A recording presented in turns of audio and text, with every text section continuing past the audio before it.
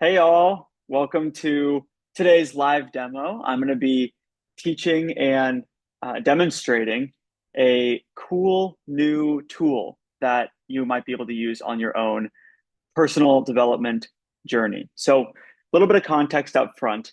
Um, this is for the community that we've been building here in school and on TikTok. And this community is, as you know, kind of defined by this experience of having kind of stuck patterns, behaviors that each of us individually has, and we don't really like it, and we don't really want to be living a life with all of these behaviors or patterns, or in this category too, is like a lack of the thing we actually want, like a consistent lack of getting something that we want, even though we're trying really hard and it's just not working, right? So that's an experience that we're all having. I am getting to the bottom of what's actually going on here and how can we uh, kind of unravel those really sticky behaviors and patterns in each of our lives. So that's the overarching idea of what I'm here to help with. So, something that I've come to understand and that I want to start this workshop, this demo by talking about is that what we think is the problem is very often not actually the problem, especially if the problem seems super sticky, meaning we've tried a bunch of stuff, we've really earnestly tried to change this pattern and it's like not budging. Okay? So if that's the case, that means we're going to need a new approach. We're going to need to look at this problem from different angles. And that is what I'm going to help and what this kind of tool, this exercise is going to help us do. So, some common examples here. I just kind of want to get a little bit more concrete, less abstract. We're talking about things like procrastination, people pleasing, shrinking ourselves in the presence of others, being less alive. Okay, that's a huge one. Tangentially related in our community is wanting to express ourselves authentically and fully, but something is stopping us and we're not clear what it is. And logically, it doesn't really make sense. And we don't really understand like what's stopping me. Why can't I just be my full self in the world and express myself and um, be who I am. Really, that's what it's all about. That to me is freedom. Okay. So I have, well, I won't get into it. I've made some TikToks recently that if you haven't seen, I would recommend checking out on this topic. But really, what I want to get across here is that the thing we think is the problem, procrastination, people pleasing, not expressing ourselves fully, for example, is rarely actually the problem. It is the solution to a different problem. Now, that might be kind of a lot to take in. So let me say it again. The pattern that you want to get rid of, or the pattern of not getting the thing you want, is very likely the solution to some other problem that you are not currently consciously aware of. So, this exercise here today that I keep talking about is going to help you see that and understand what is actually the problem underneath. Because if we're trying to solve a problem and we're not getting very far, it might be because we're trying to solve the wrong problem. And I am finding in my own world and in working with clients in this space, in this community, that this is very common and it's something that people are not really aware of. And that's okay, but that's what we're trying to uh, to work on here today. Okay, so what we're gonna do here is, as promised, a live demo. Okay, so we have a volunteer with us. We have John with us. So, John, if you wouldn't mind turning your camera on and joining us. Hello, John. Hello, Um, thanks for having me. Absolutely. Thank you for being here. Okay, so John here is going to be the person who's kind of on the other end of, he's going to be making a discovery. He's going to be doing this exercise. I'm going to be guiding it. So this is something that you could do on your own. Like anyone could kind of do this on their own, though it is helpful to do it with a practitioner. So that's something that I offer, and you can let me know if that's something you're interested in. But here's how it's going to work. All right, John. So what I'm going to have you do, we're going to take a couple minutes here, and we really want to get clear. I want you to get clear on one pattern in your life that is either one that you'd like to kind of get rid of, or it's a pattern of not having something that you want. Does that make sense? hmm Yeah. Okay. We want this, by the way, we want this to be something for this demo that's like a 5 out of 10 intensity level for you, if that makes sense. So it's not 10 out of 10. We're not in the depths right now, but we do want it to have a little bit of weight. So I'm going to give you a couple of minutes here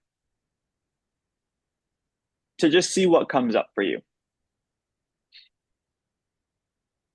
No rush.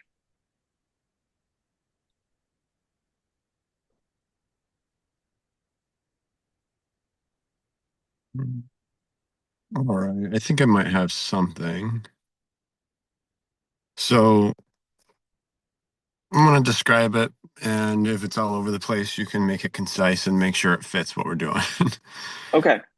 So I think a pattern that I would like to get rid of or resolve would be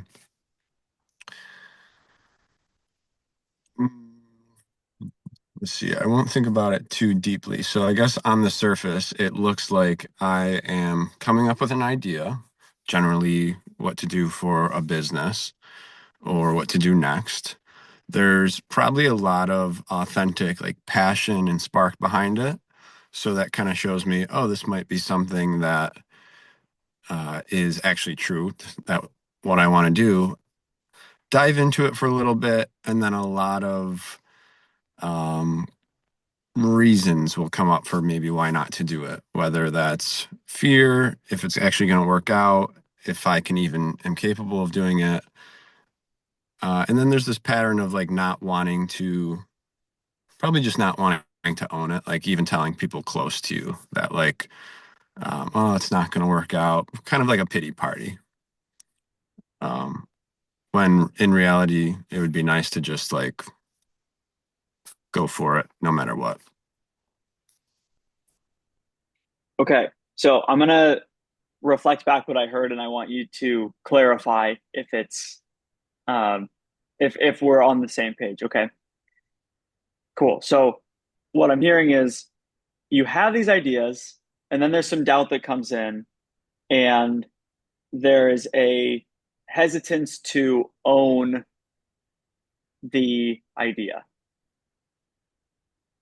Yeah. And I think I'm just kind of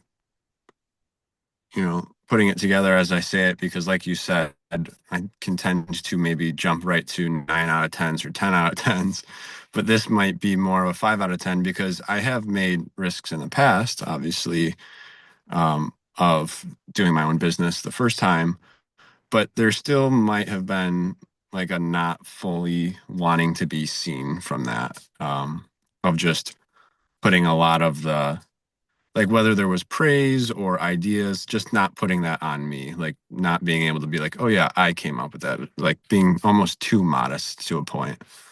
Okay. Does it feel like it is related to being seen? Does it feel like if nobody else knew or her, let me say that a different way. Does it feel like it's about um, other people seeing you? I definitely think that's an aspect. It's hard to know which one is like a legitimate reason for it stopping me and which one is like we can use financials, for example. I think that's an easy one for me to just use as a fake reason. Like you Hmm. could start slower, I could get a part-time job, it's solved. But instead I'll be like, oh, well, this is that amount of money, you can't do it. End of discussion. So it's hard to know maybe which ones are concrete and not, but I would think the being seen one is a little more concrete. Okay.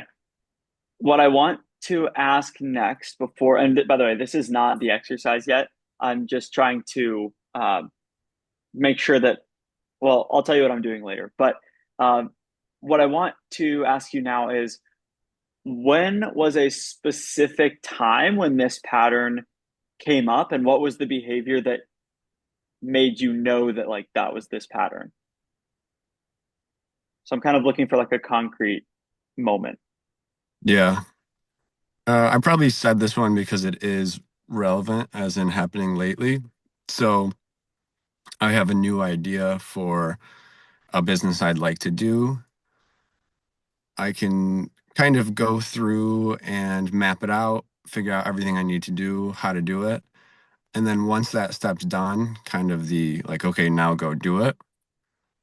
And this was just the other day. I can obviously give you more details if you want, but this is what happened. I did all that. And then once it gets to the point where it's like, okay, now go do it, I think that it gets very like scary right there. And then it switches to that other, flooding of all of those other things coming into my head. Okay, got it. And so the what is the preferred behavior there?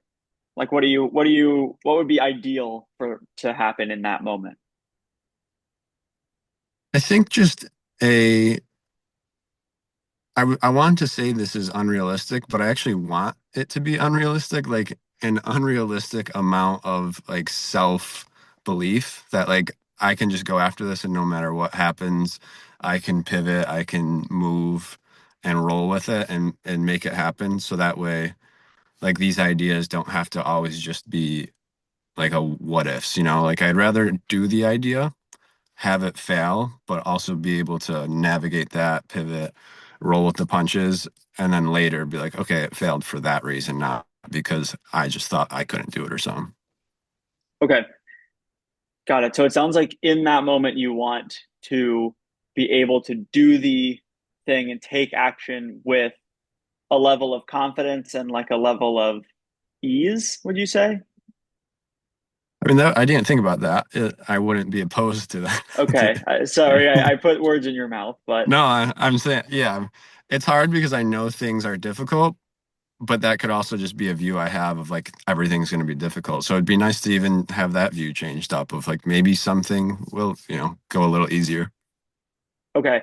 So last kind of, I think last question here, but the in the micro like moment where you've done all the prep and now it's time to go do it, and what is currently happening is you have this kind of predictable pattern is happening where fear comes in and all these different ideas and you know that they're kind of bullshit, but like it just happens. Um, and what you'd prefer to happen instead is that you can just take action confidently in that direction. Is that right? Yeah, definitely to like because we can get into whatever one's relevant, but say like five things come in to give me fear and stop me. It would be nice to just recognize those, see if they're, rational or not, and still be able to move forward, even with those fears. Okay.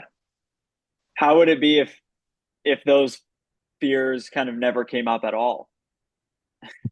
I mean, man, I'm here for that. Okay. Um,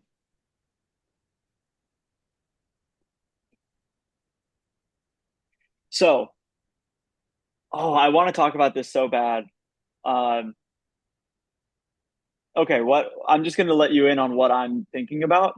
I'm trying to teach this technique and I'm trying to facilitate with you. And a key piece of the technique is that the person in your seat is experiencing the exercise and not necessarily thinking about the exercise. So I'm going to come back to like the explaining how the exercise works, and we're going Mm. to get into the experiencing right now. Okay, cool. So, John, I'm going to have you close your eyes and settle in. Let's take a couple deep breaths together. Go ahead, in and out, in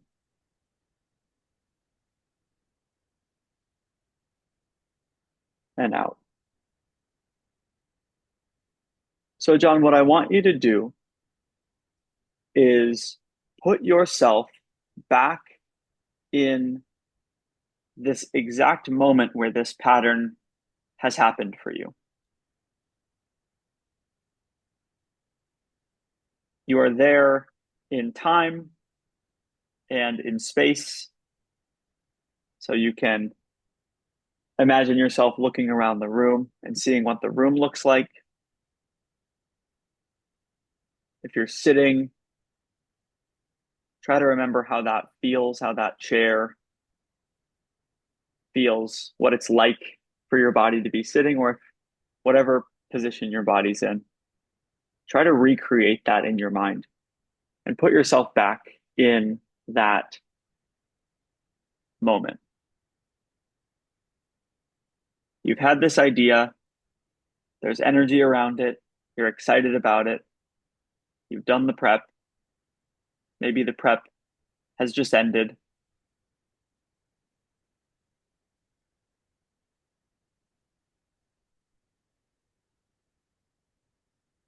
And I want you to visualize what it would be like, what it is like for you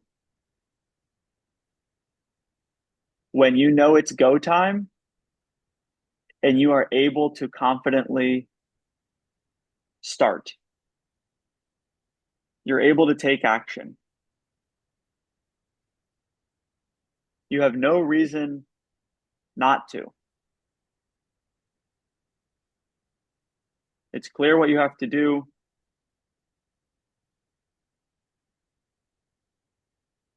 and you just go do it. That might involve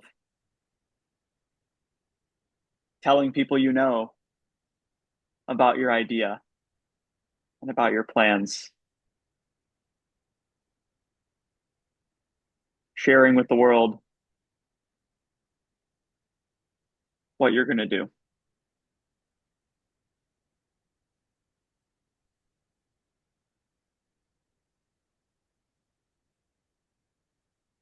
Really play that out and just allow whatever comes up, whatever feelings come up to just be there. You don't have to do anything with them right now.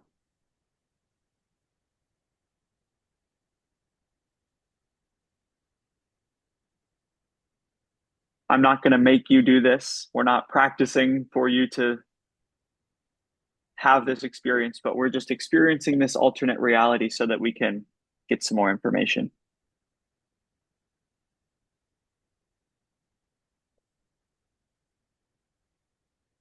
Take as much time as you'd like here.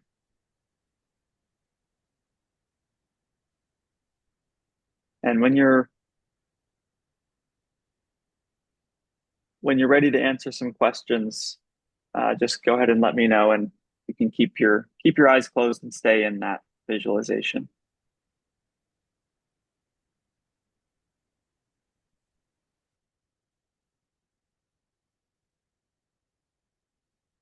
All right, I'd say I'm ready. All right. So can you share a little bit about what it was like for you to experience that confidence and that sharing?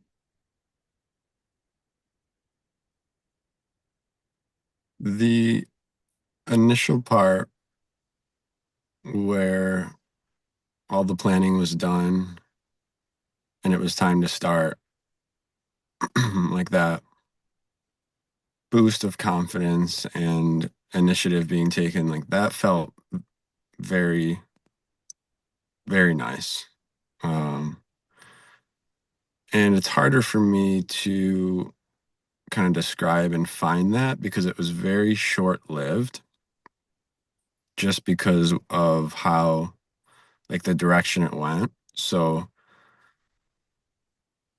obviously right after the decision on my end, all the work I've done, like all that was in private and in myself. And then as soon as it became known, especially to like when I tell people close to me, mainly my family, or then even the world, is when it took kind of a different turn of that nice feeling of confidence went away. And I have thoughts about that too, if you want me to keep going, or we can. No, we want to hear more about how it felt, and we can circle back.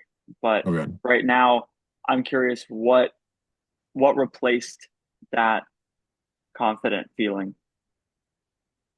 So a pattern came up that I've noticed in the past, or that I forgot about that's really prevalent, is not liking the idea of sharing what I was going to do because myself and another family member who's the same age as I, my cousin, we would also often have like big plans and things we wanted to do, and then they might not always worked out how we said they were going to do, and for some reason, I'm not sure why, but our family would then, um, what's the word? Just like I can't think of the word, but it would almost be this energy of like told you so, you shouldn't have done that even though they didn't, but just like when something failed it was like okay, now just go back to picking a safer like normal, not crazy dumb dream like plan. And it's just the way I have to describe it, even though these ideas we had weren't even that extravagant or crazy. So that was the feeling I got, which, well, that's what I thought of, and the feeling it gave me was obviously being very small for like trying to listen to myself and go do something that interested me. Say it didn't work out as planned. It wasn't the response of like, hey, good for you for going and trying to do that thing that was scary. Like, on to the next. It was like, why did you even do that in the first place? This, that, and the other. So I'm just describing it that way. So maybe it can be felt how it felt for me. But in my head, then it was just a very like feeling of being small. And that's why telling others kind of brought all that up because that's what's happened in the past. Mm. Yeah, that's coming through well. Thank you for articulating it that way. What is it like to be in touch with that experience again? That Mm. experience of feeling small when sharing with your family. I'm not gonna try and overthink these things. What I'm noticing right now is like my eyes are just really it feels like it's noticeable, but it's probably not, but they're really like really wanting to open. It kind of feels like I'm blinking even though they're closed. And I just think it's like a sense of like wanting to take me out of this. Hmm. It's definitely difficult to, I haven't really done this a lot, but talk with my eyes closed because I can't like look around at things and I never realized how much maybe that even just like looking at a yard, how much of a distraction or maybe how much ease that caused. Just keeping your eyes closed is difficult. So definitely my body wants to get out of it. And then it definitely just made me think of like it shouldn't really matter what my family or other people are thinking. It's if I believe in myself or not. And um, I imagine I'm having these feelings because if I just believed in myself, that really wouldn't have as much weight as it does. Okay. Awesome, John. So that is, well, I appreciate you sharing. That's going to be the end of the visualization here. So feel free to open your eyes now if you'd like and look around and remember that you're not in that situation anymore right now. You're in your car Yeah, here in the workshop. Um, but thank you very much for offering your experience and for uh, being curious with me there. So, uh, why don't I'll have you stay on here. I want to kind of do the next piece of this exercise, which is kind of interpreting the information that you just gave us about your internal world. Is that all right with you to kind of hear my take on it? definitely. Okay, cool. So the I started this workshop by talking about how the problem that we're trying to solve, the thing that we just can't figure out how to, resolve is typically, if it's really sticky enough, like your, example was, it's happening kind of a lot, and it's, these fear voices are coming in. Oftentimes, that is a solution to a different problem. And I believe we just saw exactly that play out. And it's clear to me, but I want to like make it clear to the viewers and to you. Okay.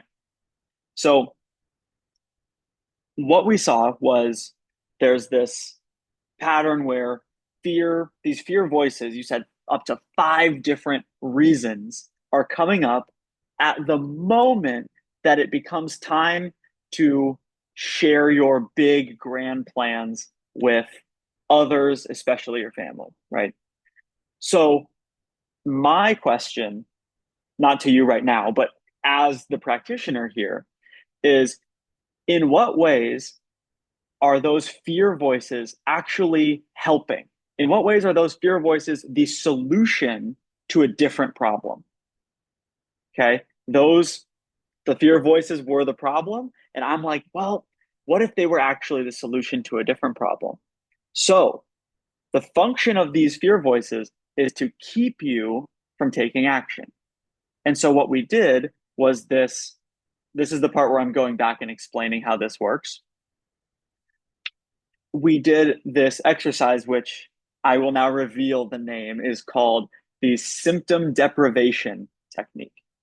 So that means we put you back in the exact same situation and we deprived you of the symptom of the problem. We deprived you of those voices, right? So if you go back in the video, you'll see I put you in the exact same situation and I said, but there's no voices, right? It's actually just confidence and you're able to just tell everyone, right? And when we do that, when we do that symptom deprivation experientially, it makes sense that discomfort comes up.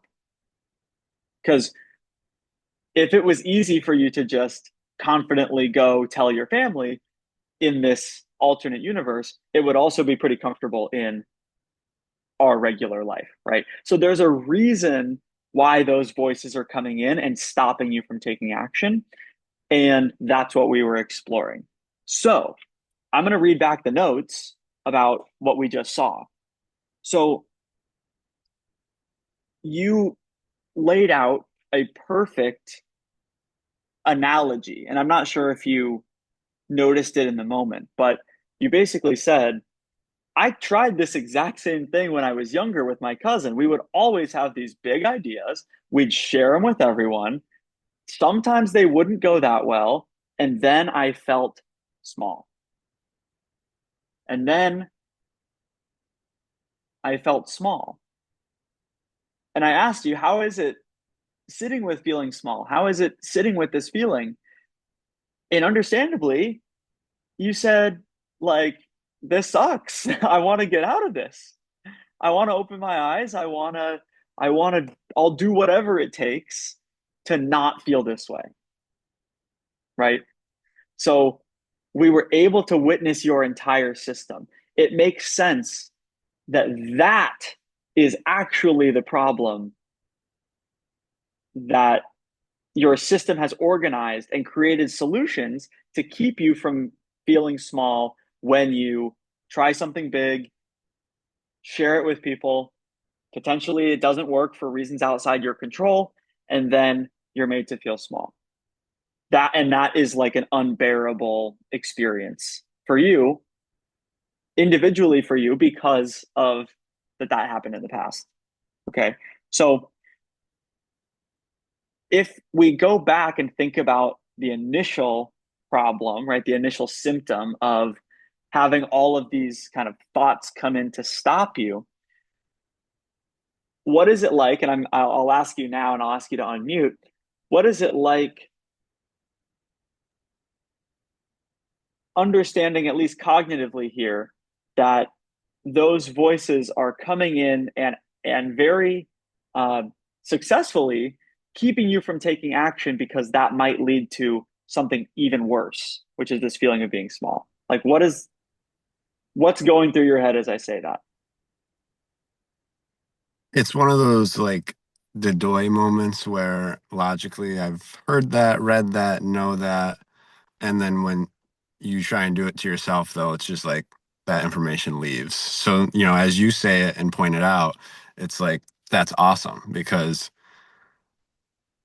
I mean, like you said before at the very beginning of this, you can do it by yourself, but I just think you miss so much. Other people can just see it so much easier sometimes. So it's nice. Awesome. Yeah, you're so right. So the key, the reason that this works to help kind of make that clear and just telling you up front doesn't work is the experiential piece. So Mm, the the emotion and the system of protecting you from certain emotional states, that is all working kind of behind the scenes in what's called the emotional memory. So the emotional memory is distinct and separate from the logical brain. So we can think all we want, and especially in this community, I had a question in the school group a couple days ago that was, who here identifies as an overthinker? And that got like more likes than any post that I've ever had in the group. So this type of community is kind of drawn together, and I think drawn to my experiences because I'm also an overthinker, and so overthinkers are people who are leaning on this logical side of our brain in order to solve problems. But the kind of stickiest problems in our life are emotional problems and fundamentally require more of an experiential solution. So, mm, the purpose of this exercise, John, was not to completely change your entire pattern, though I do believe that's possible. This was just kind of the first step of what I call, and I believe it's a Carl Jung thing, making the unconscious conscious.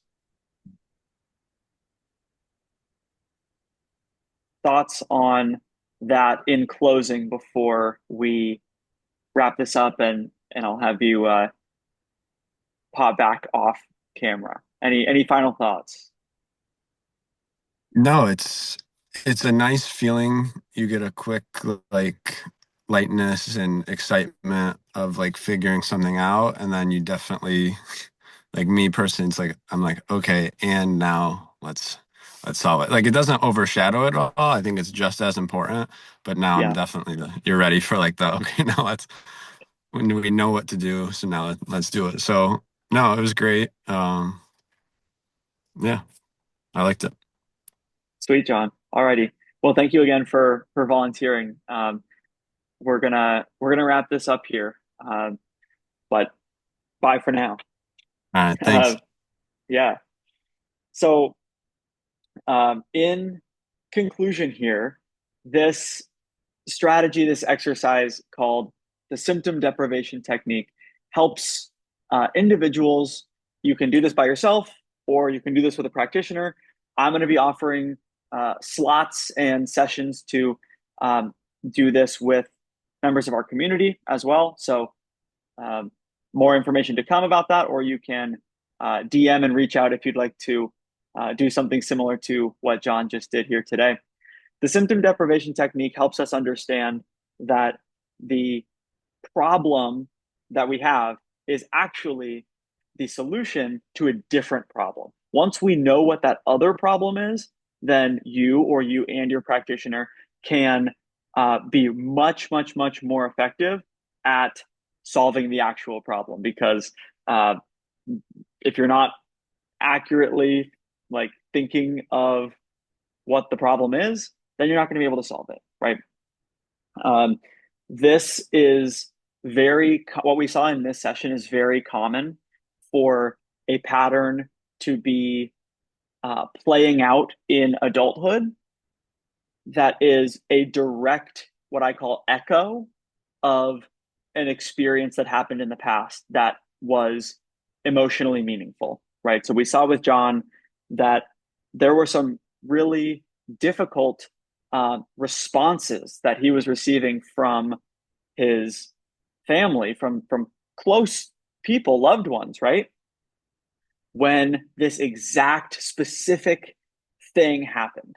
And I know John pretty well, and John is a very competent person and has doesn't have this exact same issue in other parts of his life, right? So why is it showing up right here? Well, as we saw, he learned as a young person that it's dangerous. You will feel small. You will be met with disrespect, or people shaming you, or people expressing that they never believed in you, or whatever the thing is. Really harmful stuff that happened as a child, right? And so that is currently playing out now. I take a very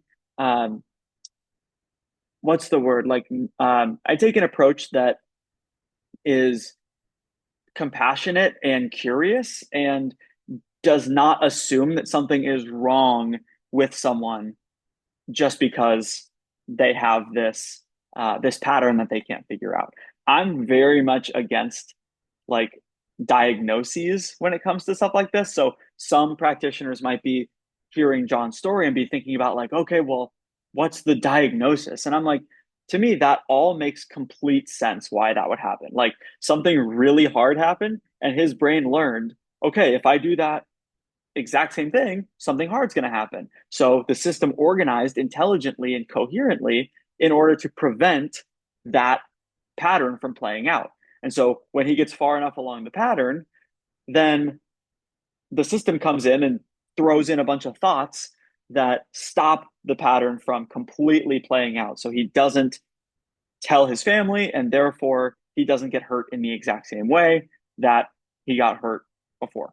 Okay. It all makes sense. There's an internal logic to not just why we are the way we are, but why we behave the way we behave, even if we don't consciously want to be behaving that way. But we gotta play the hand we're dealt. So today we saw the hand that John is dealt, and all of us can relate to something similar to that. And the question is, how are we going to play that hand, right? I just want to point out, like, I I am currently in the process of learning how to work with folks at kind of like the later steps of really transforming, really unlearning these difficult life lessons that were learned as children. So for John, that would look like uh, unlearning that if I tell people what I'm working on, they will make me feel small. Or if I tell people what I'm working on and it fails, I will be made fun of or ridiculed or humiliated. That lesson was learned, but it can be unlearned. Okay. And that is what I currently am working on, learning how to help others with. And yeah, that's what other practitioners are able to do as well. So it is possible. That's in my mind, that's what freedom looks like, is being freed from all of these lessons that were learned as children that maybe uh, they were certainly helpful at the time, but are no longer relevant for whatever reason now that we are in adulthood. So extremely exciting stuff. Anything else on symptom deprivation? It's important that it's experiential and not thinking, right? So we really want to be experiencing what's going on, and then we can interpret it afterwards. When we're interpreting afterwards, we want to be looking for what is the underlying feeling that my pattern is protecting me from feeling. Okay. That's what we want to do.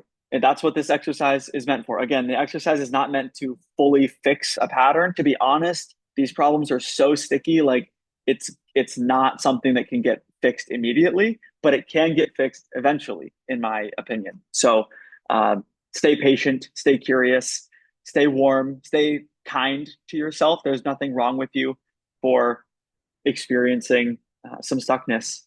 Okay. That's something I believe really strongly. So, thank you all for watching this, for being a part of this community. Please let me know if this is something that you'd like to work on together. That's a part of what I offer in my practice. And I will see you all soon. And thank you to John for volunteering. Awesome. All right. Take care.